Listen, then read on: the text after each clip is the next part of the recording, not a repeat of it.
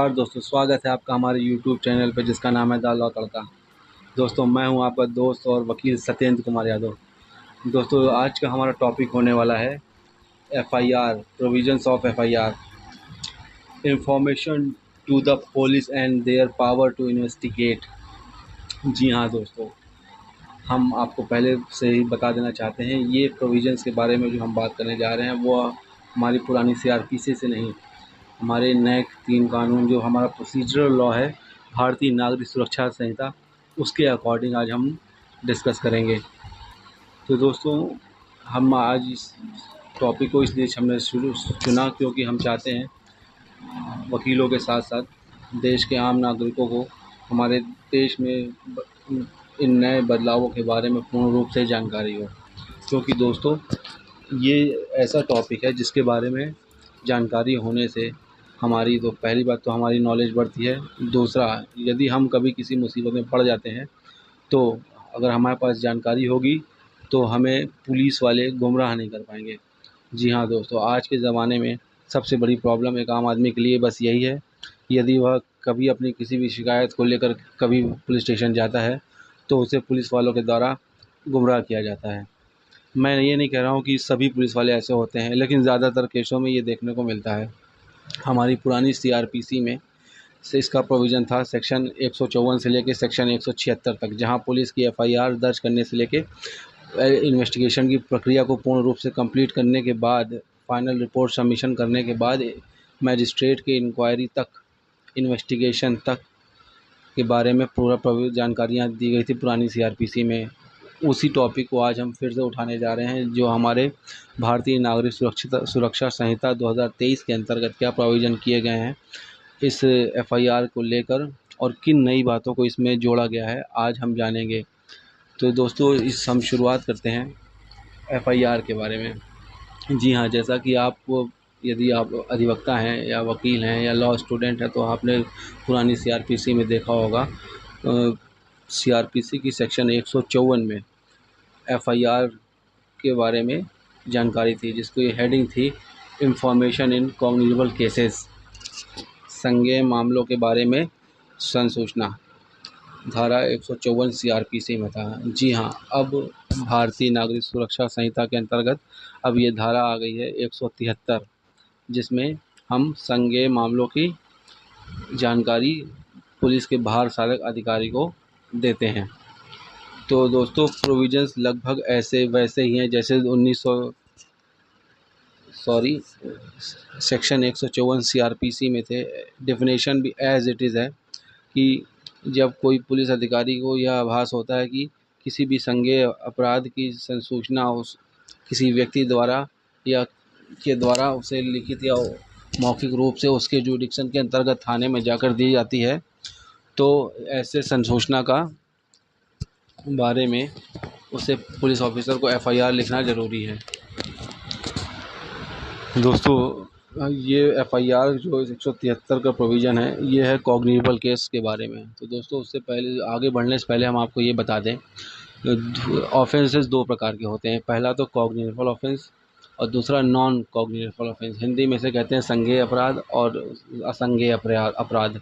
जो संज्ञेय अपराध होते हैं उसमें हमारी पुरानी सीआरपीसी में पुलिस को सूचना दी जाती थी सेक्शन 154 के अंतर्गत, जिसमें संज्ञेय अपराध यानी कि कॉग्निजेबल ऑफेंस, जो कि ज़्यादा सीरियस नेचर के ऑफेंसेस हुआ करते थे, उसमें पुलिस ऑफिसर को पावर थी कि वो रिपोर्ट लिख के मामले की जांच करे, इन्वेस्टिगेशन को शुरुआत करे।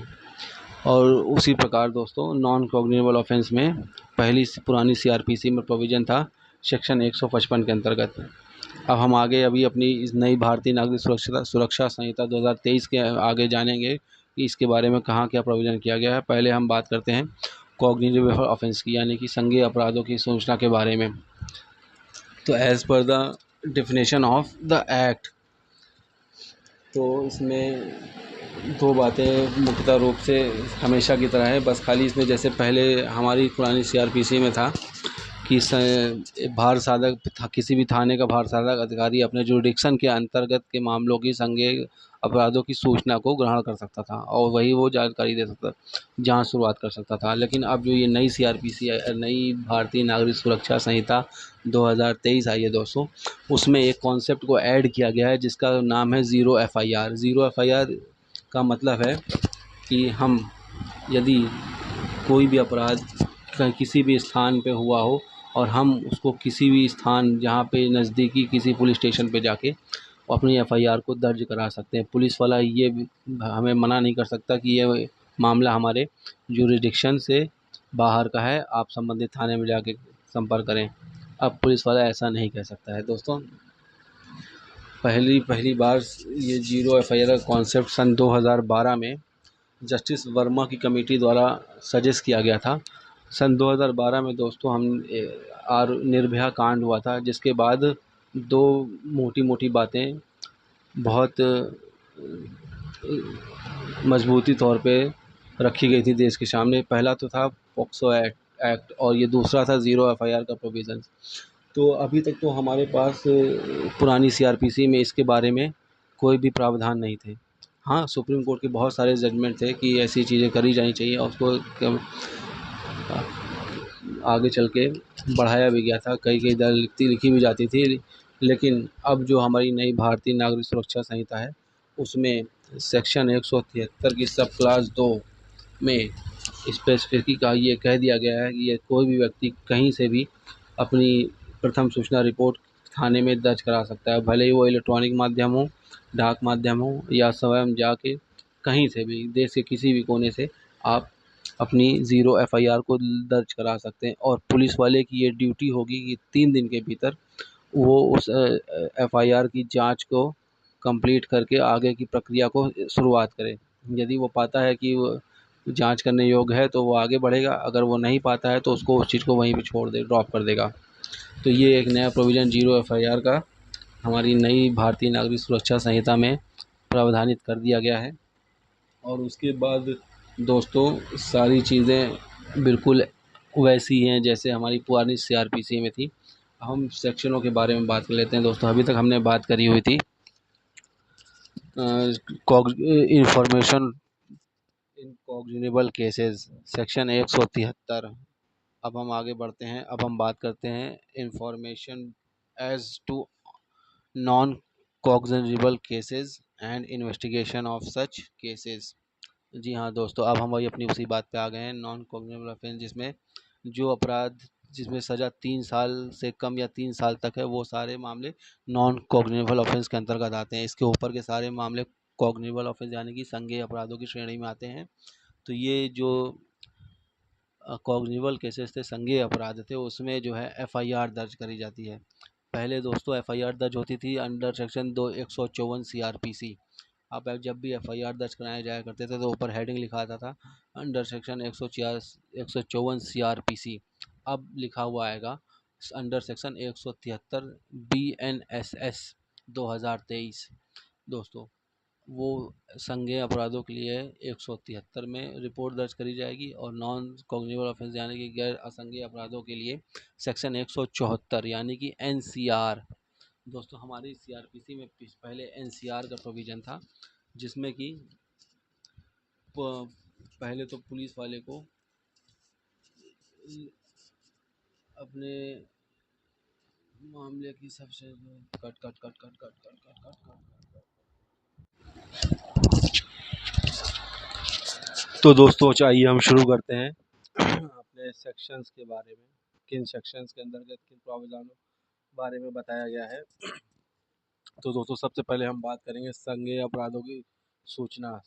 संज्ञेय अपराध यानी कि कॉग्निजेबल ऑफेंस पहले अपनी पुरानी सीआरपीसी में जिसे धारा 154 के अंतर्गत दिया गया था, अब हमारी नई सीआरपीसी यानी कि भारतीय नागरिक सुरक्षा संहिता। दोस्तों बार बार बीएनएस को सीआरपीसी बोलने की जो पुरानी आदत हम लोग की ज़ुबान पे चढ़ चुकी है वो इतनी आसानी से नहीं उतरेगी। फिर बहरहाल आइए आगे बढ़ते हैं। तो दोस्तों जैसा कि संज्ञेय मामलों की सूचना यानी कि संज्ञेय मामलों की इत्तला या information of the cognizable offences हमारी पुरानी सीआरपीसी में जहां इसका प्रोविज़न सेक्शन 154 सीआरपीसी में किया गया था, वहीं अब इसका प्रोविज़न सेक्शन 173 भारतीय नागरिक सुरक्षा संहिता 2023 में किया गया है। तो दोस्तों, संज्ञेय अपराध यानी कि वो अपराध जो सीरियस नेचर के हैं, जिसमें सज़ा 3 साल से अधिक है, और वो सीरियस नेचर के सभी अपराधों को संज्ञेय अपराधों की सूची में रखा गया है, जिसमें पुलिस वाले को पावर होती है कि वो बिना मजिस्ट्रेट से परमिशन लिए हुए किसी भी संज्ञेय मामले के बारे में जांच पड़ताल को शुरुआत कर सकता है। तो दोस्तों, यही बात, सेम बात हमारी सीआरपीसी में भी लिखी हुई थी, वही सेम बात हमारी नई भारतीय नागरिक सुरक्षा संहिता में भी लिखी हुई है। बस इसमें कुछ बातों को ऐड किया गया है। और हाँ, साथ ही साथ हम आपको ये बताते चलें कि महिलाओं के विरुद्ध हुए किसी भी संज्ञेय अपराध को की सूचना जब भी कोई महिला या कोई और व्यक्ति किसी भी थाने या किसी भी पुलिस ऑफिसर को देने आएगा, तो उस समय उस महिला के द्वारा जो भी सूचना दी जाएगी वो केवल और केवल एक महिला पुलिस अधिकारी या किसी महिला पुलिस अधिकारी के मौजूदगी में ही या उसके द्वारा ही ली जाएगी।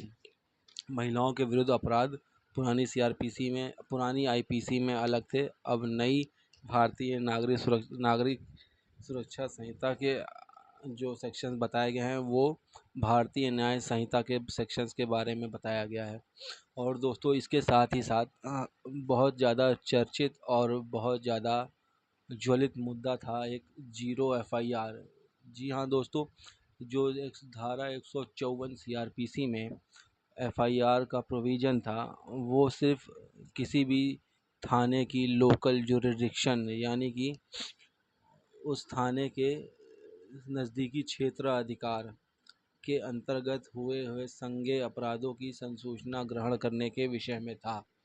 और दोस्तों, सन 2012 में जस्टिस वर्मा कमीशन के सजेशंस में जीरो एफआईआर के प्रोविजंस के बारे में पहली बार देश के सामने इस बातों को रखा गया। जीरो एफआईआर यानी कि यदि कोई भी संज्ञेय अपराध किसी भी थाने के लोकल जुरिडिक्शन यानी कि नज़दीकी क्षेत्र अधिकार से बाहर घटित होता है, और वह विक्टिम यानी कि विक्टिम या कोई जो व्यक्ति जिसने इस संज्ञेय अपराध की सूचना देनी है वह संबंधित थाने में जाता था, तो उसे यह कहकर लौटा दिया जाता था कि ये मामला संज्ञेय अपराध फलाने जुरिडिक्शन में हुआ है, तो संबंधित जुरिडिक्शन के थाने में जाकर आप एफआईआर दर्ज कराएं।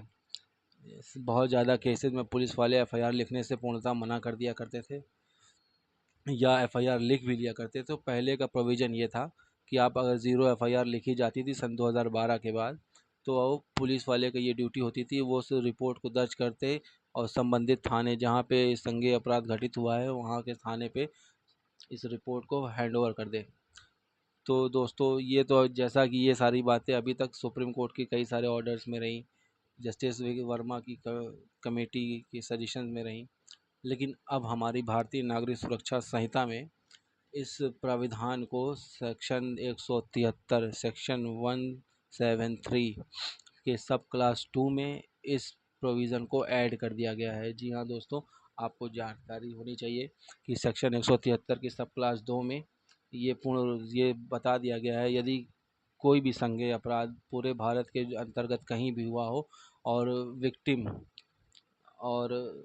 के द्वारा साथ का कोई और व्यक्ति और उस संज्ञेय अपराध की सूचना किसी भी थाने में या किसी भी ऑनलाइन माध्यम से दर्ज करा सकता है, और ऐसी संसूचना को दर्ज करने के लिए पुलिस वाला या संबंधित थाना का अधिकारी, भार साधक अधिकारी पूर्ण रूप से इस कानून के, इस प्रोसीजरल लॉ के तहत पूर्ण रूप से बाध्य होगा। दोस्तों, इसमें इसके जो डेफिनेशन के बारे में प्रोविजंस किए गए हैं, इसमें यह दिया गया है कि इसमें इंग्लिश में है, by electronic communication it shall be taken on record by him on being signed with in 3 days by the person giving it. तो दोस्तों, इसमें ये पूरा प्रोविज़न है कि किसी भी इलेक्ट्रॉनिक माध्यम से यदि कोई संसूचना किसी भी पुलिस अधिकारी को प्राप्त होती है और उसको ये लगता है कि ये संज्ञेय अपराध की संसूचना को दर्ज करना चाहिए, तो विदिन 3 दिन के भीतर वह अधिकारी उस संसूचना की जांच पड़ताल करेगा और उसके बाद वह उसको आगे की प्रक्रिया के लिए क्रियान्वित कर देगा। तो दोस्तों ये था हमारा FIR यानी कि रिपोर्ट इंफॉर्मेशन अबाउट कॉग्निबल केसेस। तो दोस्तों ये था सेक्शन 173 भारतीय नागरिक सुरक्षा संहिता। और अब हम दोस्तों ज़्यादा समय न लेते हुए अब हम सेक्शंस के बारे में आगे बढ़ेंगे, क्योंकि बाकी सारी चीज़ें एज इट इज़ है, जैसी हमारी पुरानी CRPC में थी सेम उसी तरह हमारे भारतीय नागरिक सुरक्षा संहिता में है। पूरा वही प्रोसीजर अपनाया गया है, एक एक बात सब कुछ वही है, बस खाली इसमें ज़ीरो FIR के बारे में ये चीज़ें ऐड करी गई थी, वो हमने आपको बता दिया है। अब जैसे हमारी पुरानी CRPC में धारा 155 CRPC थी NCR के बारे में। NCR माने कि नॉन कॉग्निबल ऑफेंस, यानी कि वह अपराध की संसूचना जो अपराध जिसमें सज़ा 3 साल से कम है उनके बारे में संसूचना। ऐसी संसूचना में, और हाँ दोस्तों, हम आपको संज्ञेय अपराध यानी कि FIR के बारे में एक इम्पॉर्टेंट बात बताना भूल गए। संज्ञेय अपराध की संसूचना प्राप्त करने के बाद पुलिस वाले को ये अधिकार होता है कि वह बिना मजिस्ट्रेट की परमिशन के भी इन्वेस्टिगेशन को शुरू कर सकता है। तो दोस्तों हमारे ये तो रही बात संज्ञेय अपराधों के बारे में। दोस्तों अब ये हमारा जो सेक्शन 174 है भारतीय नागरिक सुरक्षा संहिता, वही बताता है कि किस प्रकार से संज्ञेय अपराध असंज्ञेय अपराध सॉरी असंज्ञेय अपराध यानी कि नॉन कॉग्निबल ऑफेंस के बारे में रिपोर्ट दर्ज करेगा, जिसको पुरानी CRPC में एक बहुत वर्ल्ड प्रचलित था जिसको कहते थे NCR। वही सेम NCR है, बस खाली सेक्शन बदल गया है, डेफिनेशन बिल्कुल एज इट इज़ है, सारी चीज़ें बिल्कुल वैसी ही है। यदि ये पुलिस वाला इन्वेस्टिगेशन रिपोर्ट दर्ज करने के बाद ज़रूरी समझता है कि इसमें आगे की प्रक्रियाओं को बढ़ाया जाए तो वो बढ़ाता है, यदि वो ऐसा समझता है कि इन्वेस्टिगेशन करने की कोई ज़रूरत नहीं है तो वो उस प्रक्रिया को वहीं पर समाप्त करके आगे बढ़ जाता है। और दोस्तों इसी के साथ अब हम आगे बढ़ेंगे अगले सेक्शन पे। हमारा अगला सेक्शन है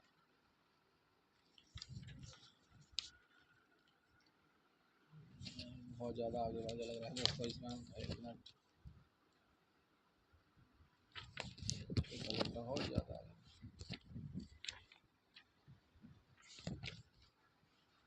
दोस्तों अगला सेक्शन है सेक्शन 175।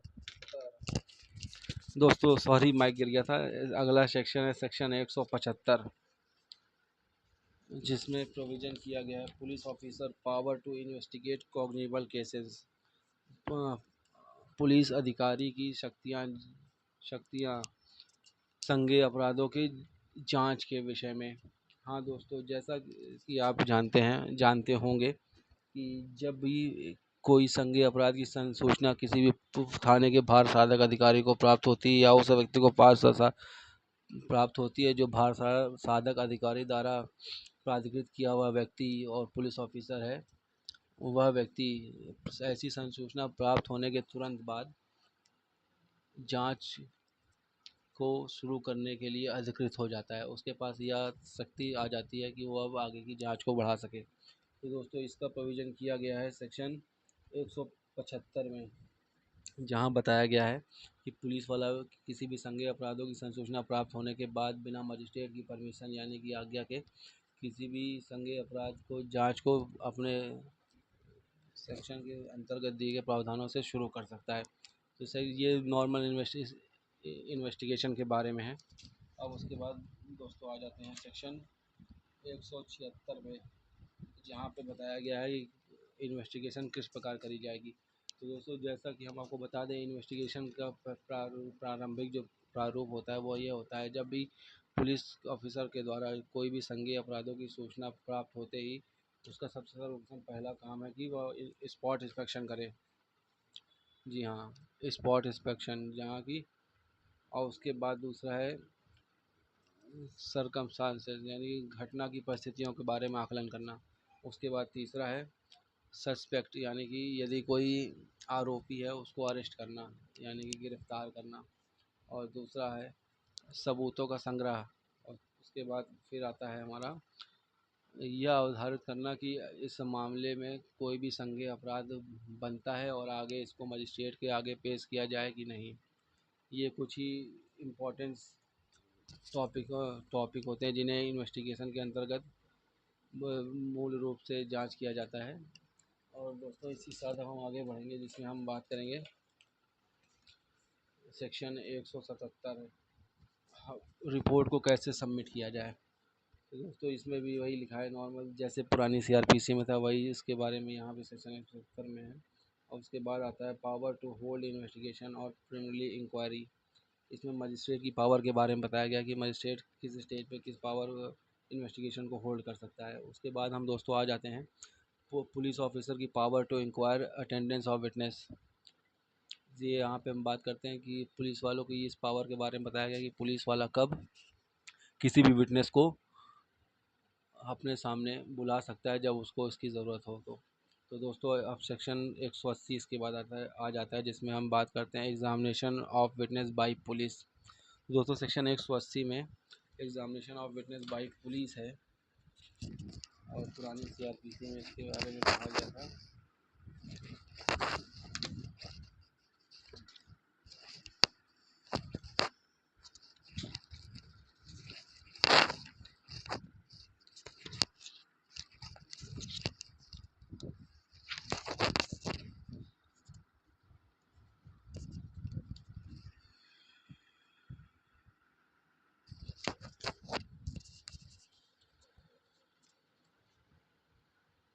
पुलिस अधिकारी के द्वारा जो इस अध्याय के अधीन अन्वेषण कर रहा है या ऐसे अधिकारी की अपेक्षा पर कार्य करने वाला पुलिस अधिकारी जो ऐसी पंक्ति से निरंतर पंक्ति का नहीं है, जिससे राज्य सरकार साधारण या विशेष आदेश द्वारा इन निम्न नियमित विहित करे मामले के तथ्यों और परिस्थितियों से परिचित समझे जाने वाले किसी भी व्यक्ति को मौखिक परीक्षा कर सकता है।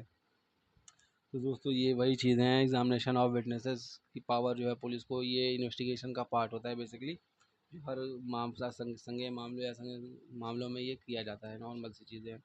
उसके बाद दोस्तों आ जाता है सेक्शन 181, जिसमें आया है statement of to police use और एंड यूज़ देयर ऑफ। अब यहाँ पे हम दोस्तों बात करेंगे से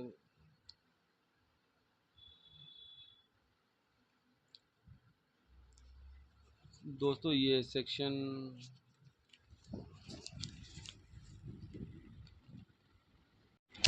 दोस्तों अब एक सबसे ज़रूरी सेक्शन यहाँ पे आ गया है, जो इन्वेस्टिगेशन का एक पार्ट है, जिसमें पुलिस वाले एग्जामिनेशन ऑफ विटनेस यानी कि गवाहों का परीक्षण करते हैं, जिसको पहली सीआरपीसी में धारा 161 सीआरपीसी में गवाहों का परीक्षण यानी कि वह पहला स्टेटमेंट या बयान जो किसी विक्टिम गवाह और उस अपराध से जुड़े हुए सभी गवाहों का जो बयान दर्ज किया जाता था पुलिस के द्वारा, वो होता था पहले सेक्शन 161 सीआरपीसी। अब वो सेक्शन बदल के हो गया है सेक्शन 180 भारतीय नागरिक सुरक्षा संहिता के अंतर्गत। दोस्तों ये बिल्कुल सेम प्रक्रिया है जैसे सीआरपीसी में था, वैसे यहाँ पर भी है, कुछ भी नया यहाँ नहीं ऐड किया गया है, बिल्कुल वैसा ही है। अब इसमें आ जाता है दोस्तों अगला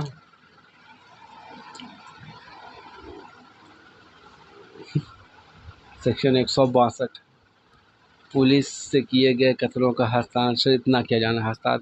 इसका मतलब कि हम पुलिस के सामने कोई भी गवाह या कोई भी विक्टिम को अपने मुकदमे से संबंधित या वैसे भी या कैसे भी करके कोई भी स्टेटमेंट या कोई भी बयान पुलिस के सामने रखता है तो उसे पुलिस वाले को हस्ताक्षर यानी कि साइन करके देने की आवश्यकता नहीं है। यदि पुलिस वाला आपसे कहता है कि आप खाली पेपर पे साइन कर दे तो ऐसा बिल्कुल भी मत करें, क्योंकि भारतीय नागरिक सुरक्षा संहिता में इस बात को करने के लिए पूर्ण रूप से मना किया गया है।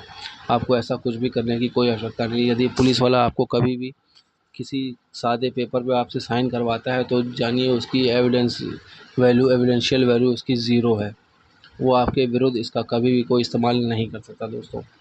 तो ये उसी के बारे में बताया गया है। अब दोस्तों हम आ जाते हैं सेक्शन 182 सेक्शन 182 में दोस्तों आ गए हम एक मिनट।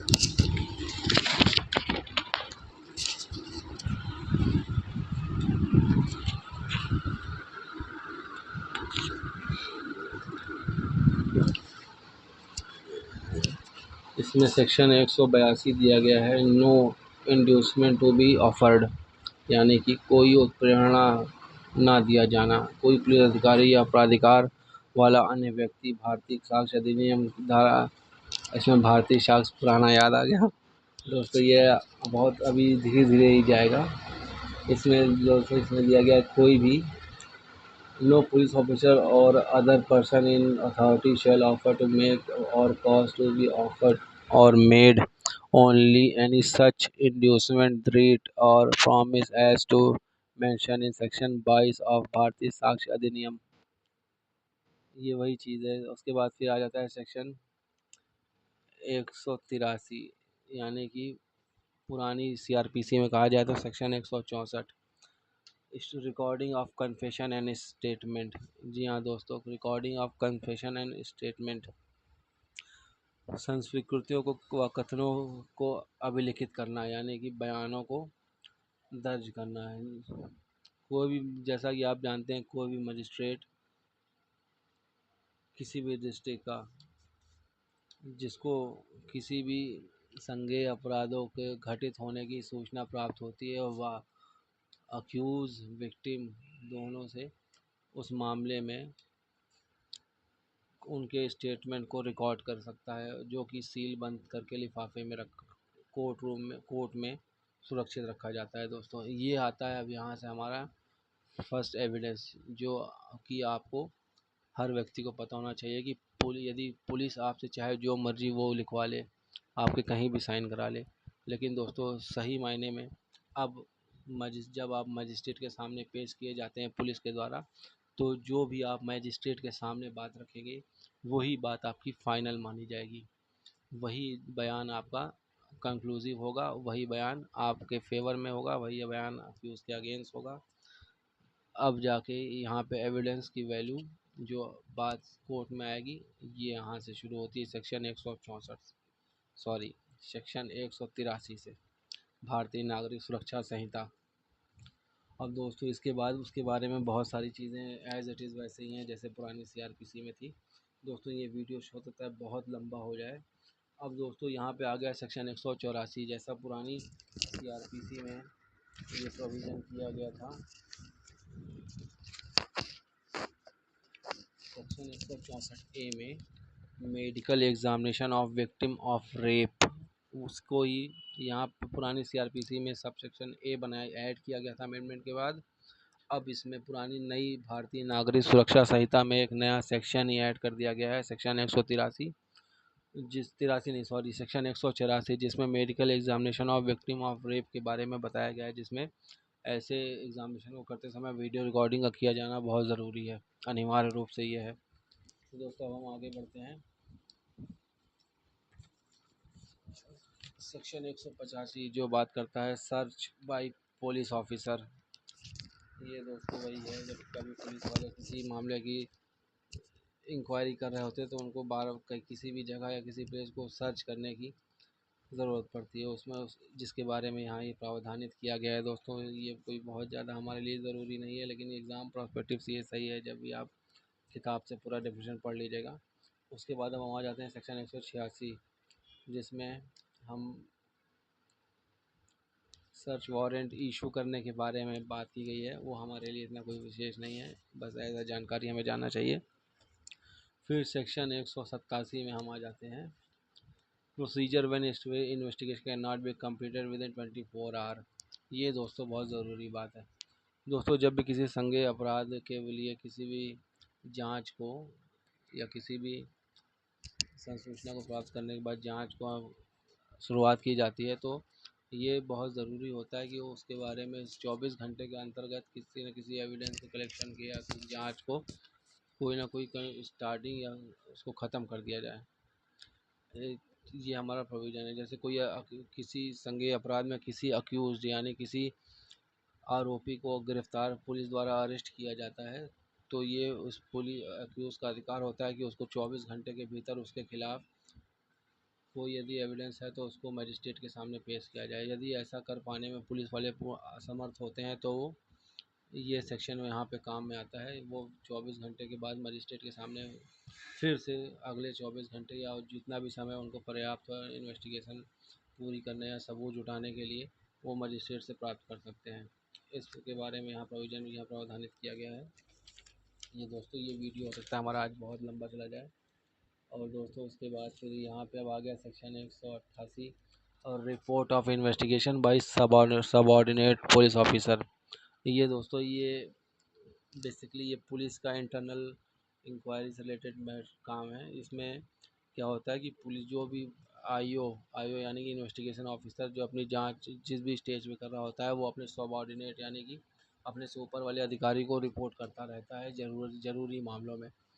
और उसके बाद दोस्तों आ जाता है रिलीज़ ऑफ सेक्शन 179 यानी section 189 release of accused when deficient. इसमें दोस्तों कहा गया है यदि प्रथम दृष्टया किसी भी अपराध की संसूचना के मामले में यदि कोई दोषी है जो आरोपी है उसके उसके विपक्ष में कोई भी प्रथम दृष्टया साक्ष्य उपलब्ध नहीं होता है, तो पुलिस वाला ऐसे आरोपी को रिलीज यानी कि मुक्त कर सकता है। एक सिक्योरिटी लेकर बॉन्ड बंद पत्र साइन कराकर रिलीज़ कर सकता है। सेक्शन 190 में भारतीय नागरिक संहिता सुरक्षा संहिता में section case to be sent to the magistrate when evidence is sufficient. अब वहाँ पे आ गए जब हम केस को मजिस्ट्रेट के सामने पेश करते हैं, जब इस मामले में या किसी भी अपराध में पूर्ण संक्षिप्त या पूर्ण रूप से एविडेंस पर्याप्त मात्रा में इकट्ठा कर लिए गए हों। अब दोस्तों आ जाता है यहाँ पे section 190 complainant and witness not to be required to accompany police officer and not to be subject to restraint. ये वही बताया गया है कि पुलिस वालों को कंप्लेनेंट और विटनेसेस को बुलाने या उनको कहीं भी रोकने या बाधित करने के लिए कोई अधिकार नहीं होता है, वो मना किया गया है। सेक्शन 192 में बताया गया है केस डायरी के बारे में। और उसके बाद सेक्शन 183 में बताया गया कि police report of police officer on completion of investigation. Police investigation complete हो जाने के बाद कैसे पुलिस रिपोर्ट सबमिट करी जाएगी। उसके बाद दोस्तों अब बताएंगे हम वैसे सेक्शन 194 है police to inquire and report on suicide matter. Suicide के मामलों में पुलिस कैसे इंक्वायरी करेगी। उसके बाद आ गया है पावर ऑफ समवन 195। फिर आ गया inquiry by magistrate into cause of death, मौत के मामलों में मजिस्ट्रेट के द्वारा जांच, सेक्शन 196। तो दोस्तों यहाँ पे हमारा एफआईआर से लेकर इन्वेस्टिगेशन तक का पूरा पार्ट अब समाप्त हो चुका है। दोस्तों मैंने कोशिश की है कि जितना हो सके आसानी से आपको इस अपनी बातों को समझा सकूं। तो दोस्तों आशा करता हूँ आपको ये वीडियो पसंद आया होगा।